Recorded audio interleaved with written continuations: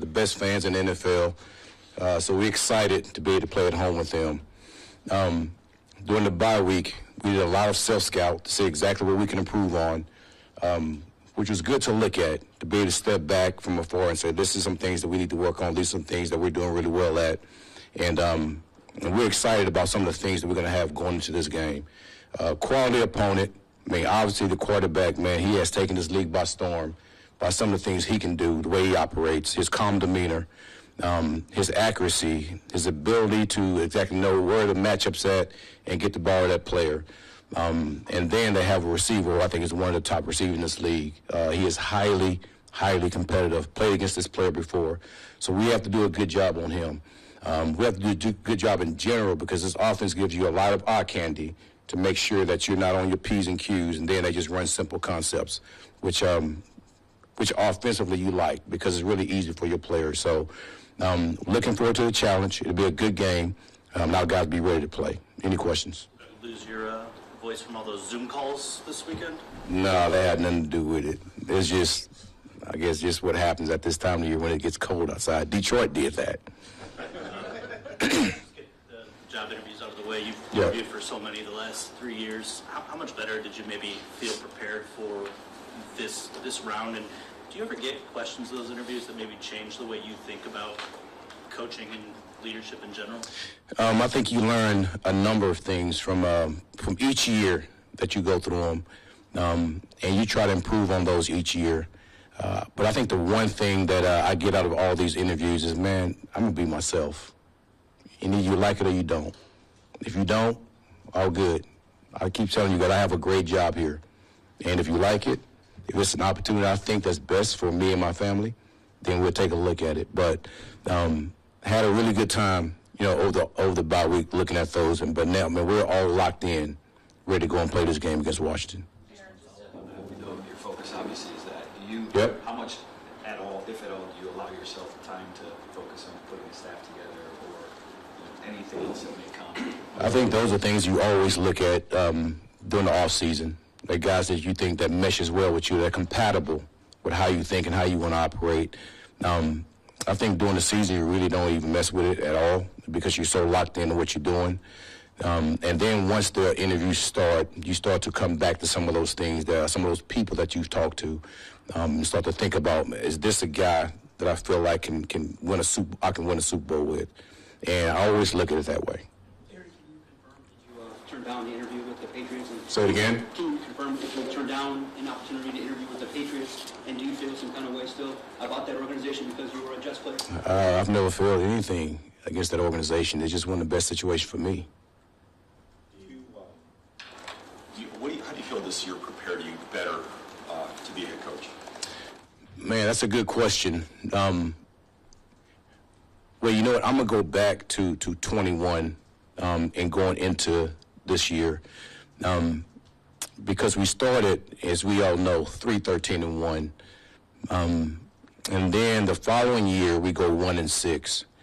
But the thing that I could remember that sticks to me is our head coach, our coordinators, our coaches, we never wavered from the things that we believed in. I think that's a strong statement when you stand in front of a group of men and say, this is how you have to win. And we believe that you win this way. And those guys believed it too. And then once our owner had an interview and she backed everybody, all the coaches, that we have a formula to win and it's this close. And from then on, I think we went 8-2 into now. So here's what it taught me. We know as a staff how to build a winner. And now we know how, as a staff, how to sustain winning. So we want to continue to do that, as long as we're all here. So to answer your question, building it from the beginning and sustaining it from here on out. And as far as, typically, Bill Belichick is a shining example of a defensive coach who won Super Bowls, but typically it's offensive coordinators. They come from the offense who become Super Bowl head-winning coaches. Yeah. Why do you think that might be? Well, I don't know if that's truly accurate. I can just go off the top of my head with Bill Carr, Mike Tomlin, Bill Belichick. That's won a ton of Super Bowls as a defensive coach. And here's the one thing that I would say about myself. I'm a coach. I just happen to be on defense. I understand the offense just as well as a number of people. So if you're going to hire me, you're going to hire a coach. You're not going to hire a defensive coach. I'm going to talk to the offense just as much as I'm going to talk to the defense. In basketball, there's the idea of making a player go to his left, and that's a weakness or a way to take advantage of them. I'm wondering with a mobile quarterback, maybe they're all a little bit different, but is there ever something to that where you want, if you're going to let him get free from the pocket, you try to force him to a certain direction and play to a weakness? Absolutely. Especially when you look at his rush pattern and the way he tries to escape from the pocket. If there's a guy that really wants to escape to his right or to his left, you try not to let him escape that way for the most part. But as you see, this league is trending toward all these quarterbacks that they're just so athletic that it's hard for your defensive lineman to try to contain these guys. So you have to do a lot as far as being disciplined in your rush. Obviously sending more people at him so you can make sure you close up as many lanes as you can. And, man, we try our best to do that. And against Kyle, I think we did a really good job. Obviously, Buffalo, we didn't do as good a job. We expect to do a really good job this week against Jayden. The team has earned a reputation for being aggressive on fourth downs, with Dan Campbell's play calling. What does that do? For our team? Yeah. Yeah. What does that do for you in the moment, and how does that affect you in your game plan in the middle of the game? Listen, this is what I teach our guys from OTAs in the training camp. Anytime we have a sudden change, say if we don't make a fourth down, say if our offense throws an interception, they have a fumble or whatnot, man, it's more TV time for us. All right, so we look forward to going on the field. So every time you see something like that happens, our guys immediately run on the field because that's the mindset. So, listen, we're behind our head coach 100%. I actually believe in that.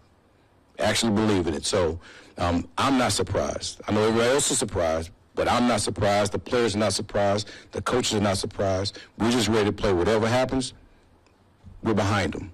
Just to follow up on that a little bit, this is the team that you're playing that goes for it. Absolutely. So we've seen how it impacts an offense when you're using all four downs. Defensively, when you play against a team like that, if at all, how does it change when you're playing four downs of defense, I guess? Yes. So now you look at what they're going to do on third down. All right. They might really opens up their offense because they might tend to run the ball more on 3rd and 5, 3rd and 6 because they know they're going for it on fourth down. So we have to be in tune to that, and that comes from film study. So we've done a good job of understanding who this head coach is, how they try to operate, to try to make sure we prepare for all those things. When you talk about Jayden Daniels being a rookie quarterback, how impressed are you in terms of his mental game? Are there things that he does that you don't see often from rookie quarterbacks? And how do you? Absolutely. His demeanor and how calm he is, I mean, it pops out like all over the TV copy when you watch the TV copy. And another thing that pops out is he's having fun playing this game, which we all should. But you could tell that he's having fun, and there's no better way to play this game when you're in a situation where you're having fun. I mean, obviously winning has a lot to do with that, but his ability to go make plays, even when he doesn't make plays, right? He's having fun playing the game. And I think that's one of the reasons why he's so successful. He's not taking this for more than what it is. He understands what his skill set is, and he's utilizing everybody on that offense to make him better. It's almost like he's trying to be a point guard. He's just delivering and leading. Go to Jeff and then Larry. Alex came back last week. Yeah. And what did he bring to you guys, and how did you feel he played after the rust? Listen, he's our captain. Anytime your captain's gone, you lose a little something. And obviously when he comes back, you gain something. He understands me to a T. He understands how I'm going to call the game. He studies the game plan just as well as anybody. And if something goes down with my mic, he knows exactly what AG is going to call. He does a good job with that. And we have so much conversation on, like, how do I see it, that he understands how I'm going to call the game. The job Rob Bowman did with bringing in different guys when you guys had all those injuries. Yeah. How critical was that to get to this point? I think everybody will attest to the first thing I would always say is how good our personnel department has done a good job. of bringing guys in that fit us. Not just bring guys in, but guys that fit us. Because at some point, when you start to bring so many guys in and they have to play the following week, it's not about the playbook, it's the play style. And these guys fit our style. So I'm going to always praise those men. They do a really good job, and women that's over there. They do a really good job of getting us the type of players we need. Terry McLaurin, what makes him so good, he's been so consistent in his career, but this year his touchdown production has gone off the, Well, Jaden Downs had a lot to do with that. But he's highly, highly competitive. He does a really good job on 50-50 balls, which you wouldn't think that he would because of his stature, but he does a really good job of that. He's always been a good player. We've been to get this player several times. But that's the one thing that really stands out is his competitive nature. He kind of reminds me how Saint goes about, because he will block. He'll go across the middle. He'll take hits. He'll get back up, get back to the huddle. So he's a gamer. He's a gamer. So it doesn't surprise me the success he's having. I was just one more question. He did a podcast recently where he praised you in your leadership development and kind of just vouched for you and the job you've been doing as well. Some of your other players as well. Just talk about that leadership development and also seeing your players vouch for you and say some of the things that they've been saying as well. Listen, here's how I sum up leadership. There's really one word. It's influence. And everybody that I come in contact with, I want to influence them in some positive way. And I don't take that for granted when it comes to players, because that's my responsibility. It's almost the same as my children. I want to make sure that everybody that I come in contact with, that when they leave AG, that they have something positive to say. And it's not always going to be like that, because I do get pissed off at people too. But to me, that's what I want to impart on every player that I come across with, even the players that end up leaving here. I want to impart something positive into them, so as they go about their way, that I've taught them something that can make them a better person and a better player.